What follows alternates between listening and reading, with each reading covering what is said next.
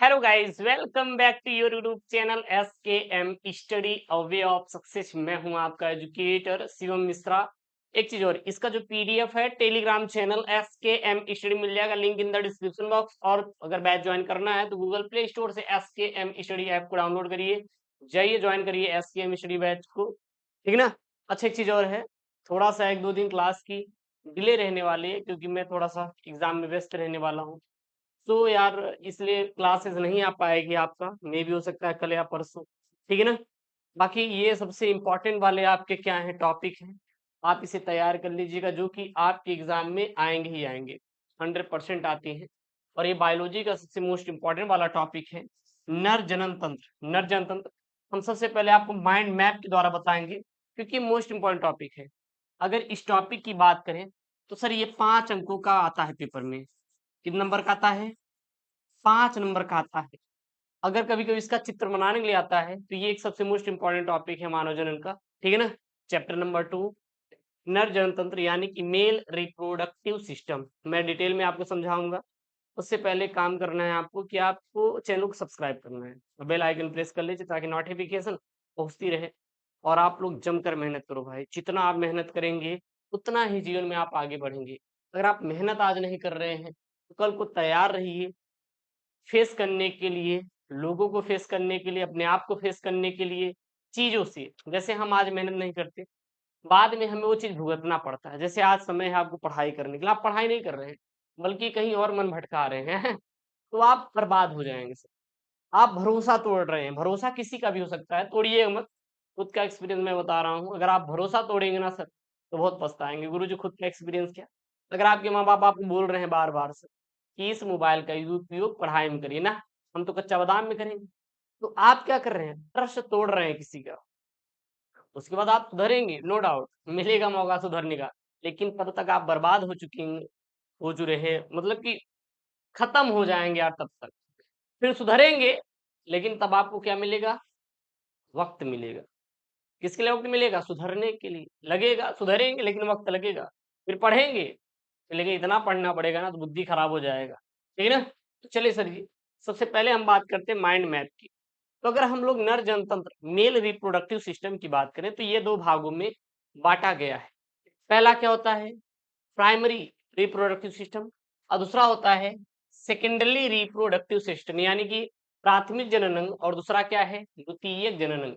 यानी जो नर जनतंत्र होते हैं उनको 2 भागों में बांटा गया है, प्राथमिक जनन और द्वितीयक जनन अंग में बांटा गया है। प्राथमिक जनन अंग में जो आता है वो वृषण आता है। क्या आता है? वृषण। प्राथमिक जनन अंग में केवल एक ही चीज आता है, वो क्या आता है? वृषण। यानी कि हमें केवल वृषण के बारे में पढ़ना होता है, टेस्टिस के बारे में पढ़ना होता है। जो प्राथमिक जनन में केवल क्या आता है? आपका वृषण आता है, बोले तो टेस्टिस आता है, जिसमें केवल आपको वृषण के ही बारे में पढ़ना होता है। इसके अलावा प्राथमिक जनन में आप कुछ भी नहीं पढ़ेंगे। यानी कि इसमें हम लोग किसको किसको पढ़ेंगे? नर युग्मक, यानी कि वृषण में ही जो जो हमारा बनेगा नर युग्मक, शुक्राणु का निर्माण और हार्मोन्स, टेस्टोस्टेरोन का हार्म हम लोग पढ़ेंगे। अच्छा, एक तीसरा भी होता है, उसको वाह्य जननेंद्रिया बोलते हैं। प्राथमिक, द्वितीयक, दो मेन है। ये तीसरा भी लिखना हो तो लिख सकते हैं। वृषण कोश और इसमें पेनिस आ जाता है। क्लियर है ना? तो पहला क्या है आपका? वृषण होता है। पहला क्या होता है? वृषण होता है। क्लियर है? दूसरा क्या है? द्वितीयक या सहायक जनन। द्वितीयक या सहायक जनन में जो पहला आता है क्या आता है? सहायक नलिकाएं आती हैं। पहले क्या आती है? सहायक नलिकाएं आती हैं, और दूसरा क्या आती हैं? सहायक ग्रंथियां हैं। यानी कि इसमें हमें द्वितीयक जनन या फिर द्वितीयक या सहायक जनन ग्रंथि में 2 चीजों को पढ़ना पड़ता है। सबसे पहला क्या? सहायक नलिकाएं, दूसरा क्या? सहायक ग्रंथिकाएं। सहायक नलिकाओं में आपको अधवृषण पढ़ना होता है, वास इंटरफेरेंसिया पढ़ना होता है, वास डिफरेंस पढ़ते हैं, और क्या पढ़ते हैं? यूरिथ्रा को पढ़ते हैं। और नर सहायक ग्रंथि में किसको पढ़ते हैं? ये सहायक नलिकाएं हैं और ये सहायक ग्रंथिकाएं हैं, ध्यान देना। ये नर सहायक नलिकाएं हैं, शरीर में नलिकाएं हैं, और ये क्या है? ग्रंथिकाएं हैं। क्या है? ग्रंथियां हैं, ठीक है ना।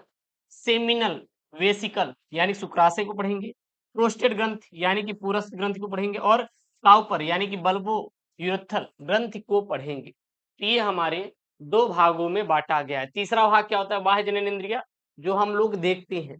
वृषण जहां पर होता है उसे हम क्या कहते हैं, वृषण कोश कहते हैं। पेनिस तो आपको पता ही होगा, ठीक है ना। तो जो हमारा नरजन तंत्र है मुख्यतः 3 भागों में, वैसे मेनली आपको 2 ही बताना है लेकिन 3 भागों में बांट सकते हैं, प्राथमिक, द्वितीयक और तृतीयक। प्राथमिक में केवल केवल हम लोग वृषण के बारे में पढ़ते हैं। वृषण के बारे में जैसे नर युग्मक और हार्मोन्स के बारे में पढ़ेंगे।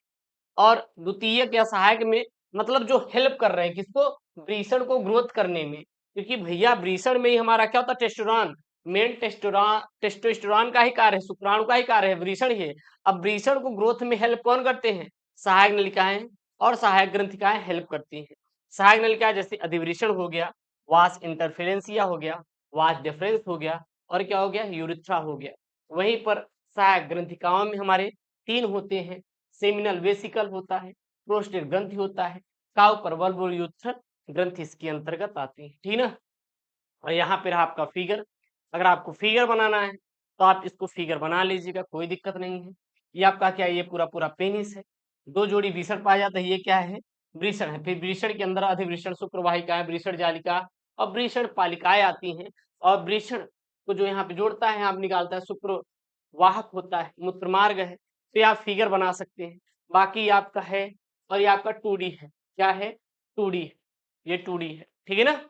कोई दिक्कत नहीं होनी चाहिए। तो ये रहा माइंड मैप, ये माइंड मैप है, और ये क्या रहा, आपका फिगर रहा।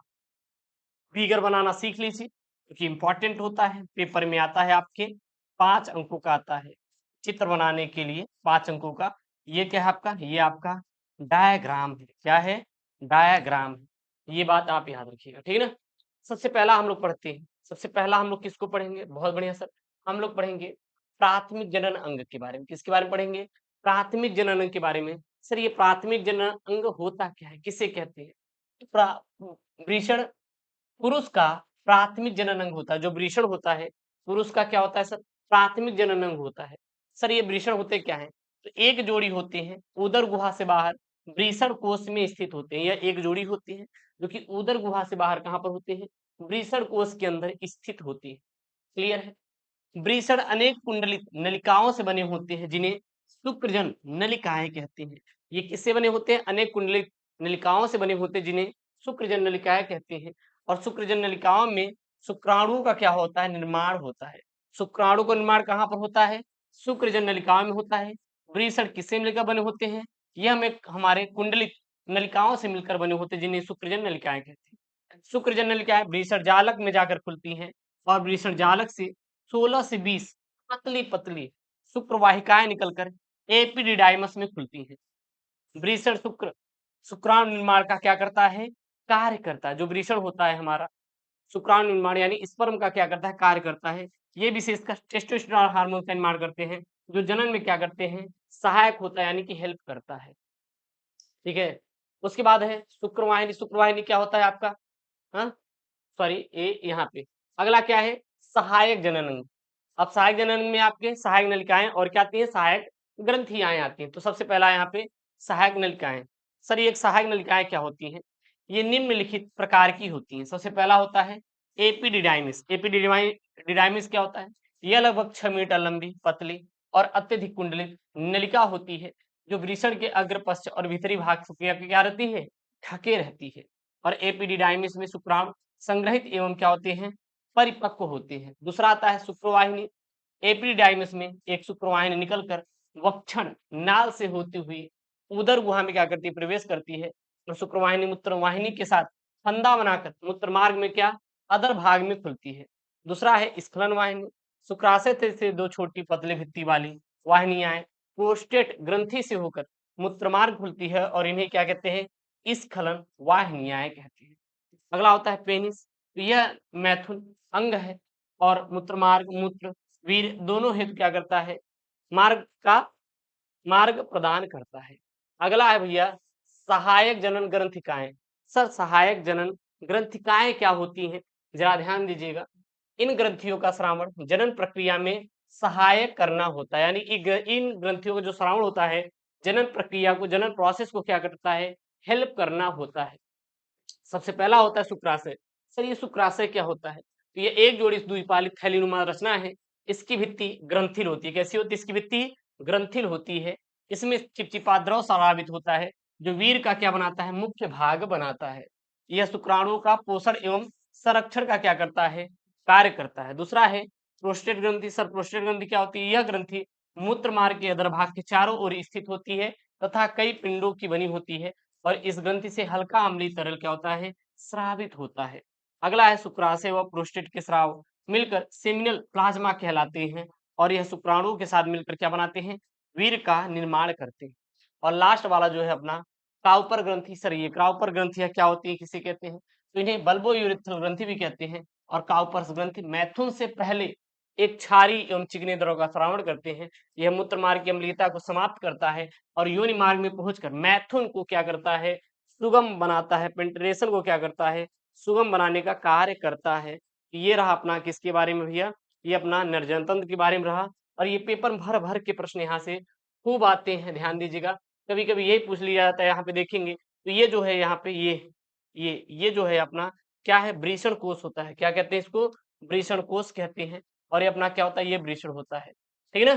तो इसी का जस्ट वो वाला हमारा क्या है, वो हमारा क्या है, हमारा अनुप्रस्थ काट है कह सकते हैं। और ये हमारा 2D फिगर। तो ये इंपॉर्टेंट टॉपिक है, तैयार कर लीजिएगा। अब नर के बाद हम आपको महिला के बात बताएंगे, यानी फीमेल के बारे में बताएंगे। मिलते हैं नेक्स्ट वीडियो में दोस्तों। थैंक यू, जय हिंद, टेक केयर, बाय बाय।